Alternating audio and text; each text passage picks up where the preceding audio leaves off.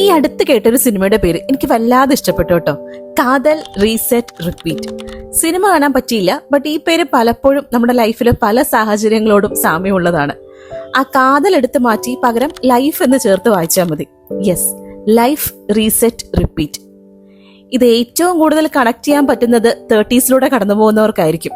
ലൈഫിൽ എന്തെങ്കിലും പ്രോബ്ലംസ് വരുന്നു, നമ്മളത് സോൾവ് ചെയ്യുന്നു, ആൻഡ് വീണ്ടും എന്തെങ്കിലും കൽക്കൊലത്തെ സംഭവങ്ങൾ സംഭവിക്കുന്നു, നമ്മൾ പിന്നെയും അത് റീസെറ്റ് ചെയ്യുന്നു, അതങ്ങനെ റിപ്പീറ്റ് ചെയ്യുന്നു.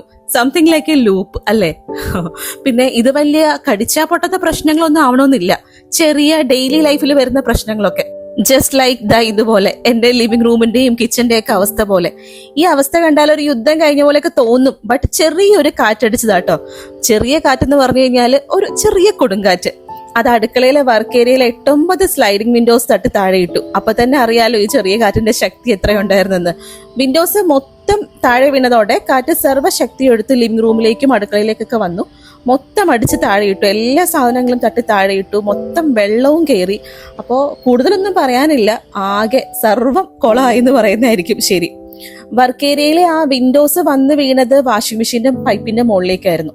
അപ്പൊ അത് പൊട്ടിയപ്പം വെള്ളം നല്ല മലവെള്ളപ്പാച്ചിൽ പോലെ വർക്ക് ഏരിയ കംപ്ലീറ്റ് നിറഞ്ഞു. പിന്നെ എന്താ ചെയ്യുന്നത്, കിച്ചണിലേക്കുള്ള പൈപ്പ് അടച്ചു വെക്കേണ്ടി വന്നു. അപ്പൊ അതുകൊണ്ട് തന്നെ ഇപ്പൊ കിച്ചണിൽ വെള്ളമില്ല, ഒന്നുമില്ല, കുക്കിംഗ് ഒന്നും നടക്കില്ല, ആ ഒരു അവസ്ഥയിലാണ്. പിന്നെ സൺഡേ ആയതുകൊണ്ട് നമുക്ക് പ്ലംബറിനെ ഒന്നും പ്രതീക്ഷിക്കാൻ പറ്റില്ല. നമ്മൾ കുറച്ച് അന്വേഷിച്ച് നോക്കി, പക്ഷെ പ്ലംബറിനെ ഒന്നും കിട്ടിയില്ല. പിന്നെ ഭാഗ്യം കൊണ്ട് നമുക്ക് വിൻഡോസ് ശരിയാക്കാനുള്ള ആളുകളെ കിട്ടി. അപ്പൊ ആ വർക്കേഴ്സ് വന്ന് കംപ്ലീറ്റ് വിൻഡോസ് ഒക്കെ അഴിച്ച് താഴെ വെച്ച് രണ്ടാമത് സെറ്റ് ചെയ്ത് പുതിയ ഗ്ലാസ് ഒക്കെ, പൊട്ടിയ കുറെ ഗ്ലാസ്സുകൾ ഉണ്ടായിരുന്നു, അപ്പൊ അതൊക്കെ മാറ്റി പുതിയ ഗ്ലാസ് ഒക്കെ ഫിറ്റ് ചെയ്തു. പക്ഷെ ഇനിയാണ് ശരിക്കുള്ള എന്റെ പണികൾ സ്റ്റാർട്ട് ചെയ്യുന്നത്. അറിയാലോ, ലിവിംഗ് റൂം ഓൾറെഡി ഞാൻ ചെറുതായിട്ടൊന്ന് ക്വിക്കായിട്ടൊന്ന് ക്ലീൻ ചെയ്തിട്ടുണ്ട്. വർക്ക് ഏരിയ ഇച്ചിരി ഹെവിയാണ്, അപ്പോൾ എല്ലാ സാധനങ്ങളും നനഞ്ഞിട്ടുണ്ടായിരുന്നു. പിന്നെ കംപ്ലീറ്റ് പൊട്ടിയ ചില്ലുകളും, പിന്നെ ബ്ലാക്ക് കളറിൽ കുറെ നിലത്തിങ്ങനെ കിടക്കുന്നത് കാണാം. അതാ വിൻഡോസിന്റെ ക്ലിയർ ചെയ്തപ്പോൾ മുമ്പത്തെ ബീഡിങ് എല്ലാം, റബ്ബർ ബീഡിങ് ചുറ്റുള്ളതൊക്കെ മാറ്റി അവർ അഴിച്ച് താഴെ ഇട്ടിട്ട് പുതിയ ബീഡിങ് ഒക്കെ ഫിറ്റ് ചെയ്തിട്ടാണ് വെച്ചത്. അപ്പൊ ആ ബീഡിങ്ങും എല്ലാം ഈ വെള്ളവുമായിട്ട് മിക്സായി ഒട്ടിപ്പിടിച്ച് കിടക്കുവാണ്. അപ്പൊ അതൊക്കെ ഒന്ന് ക്ലീൻ ചെയ്തെടുക്കാൻ നല്ല സമയം പിടിക്കും. ഈ പൊക്കിയെടുത്ത് മാറ്റി വെക്കുന്ന ഈ സ്റ്റാൻഡുകൾ കണ്ടോ, ഇതിനകത്താണ് ഞാൻ തുണി ഉണക്കാൻ വേണ്ടി ഇടാറില്ല കേട്ടോ. അതുകൊണ്ടാണ് ഇത് വർക്ക് ഏരിയയിൽ ഇരിക്കുന്നത്.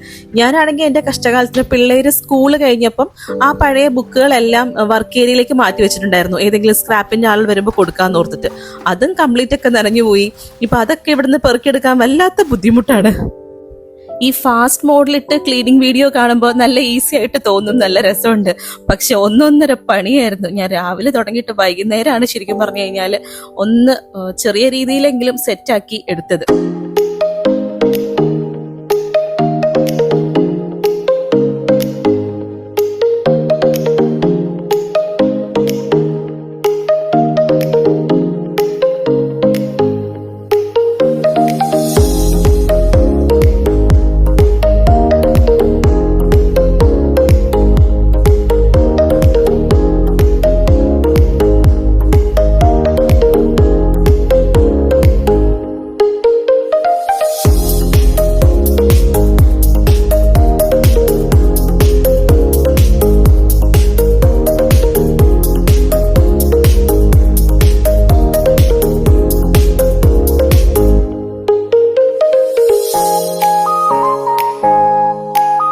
ഇനി ഫൈനലായിട്ട് കുറച്ച് വെള്ളം കൂടി ഒഴിച്ചൊന്ന് കഴുകണം. അതുകൂടി കഴിഞ്ഞാൽ അത്യാവശ്യം ഓക്കെ ആവും.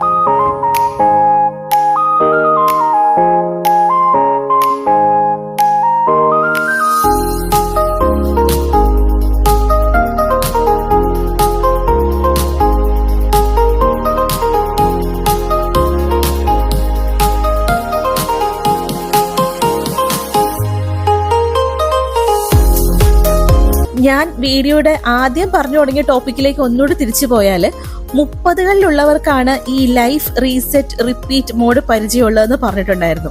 അതിനർത്ഥം 20കളിൽ പ്രശ്നങ്ങൾ ഇല്ല എന്നല്ല, ഉണ്ട്.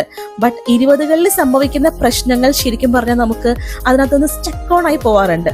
അത് റീസെറ്റ് ചെയ്യാനോ അല്ലെങ്കിൽ ഇത്തരം പ്രശ്നങ്ങൾ ഇനിയും റിപ്പീറ്റ് ചെയ്യും എന്നുള്ള പച്ച പരമാർത്ഥം അംഗീകരിക്കാനോ 20കളിൽ നമുക്ക് ഇത്തിരി പ്രയാസമായിരിക്കും. എന്നാൽ 30s ശേഷം നമ്മൾ ഓൾമോസ്റ്റ് ഈ ലൈഫ് റീസെറ്റ് റിപ്പീറ്റ് എന്ന പ്രോസസ്സിനെ അംഗീകരിക്കാൻ പഠിക്കും.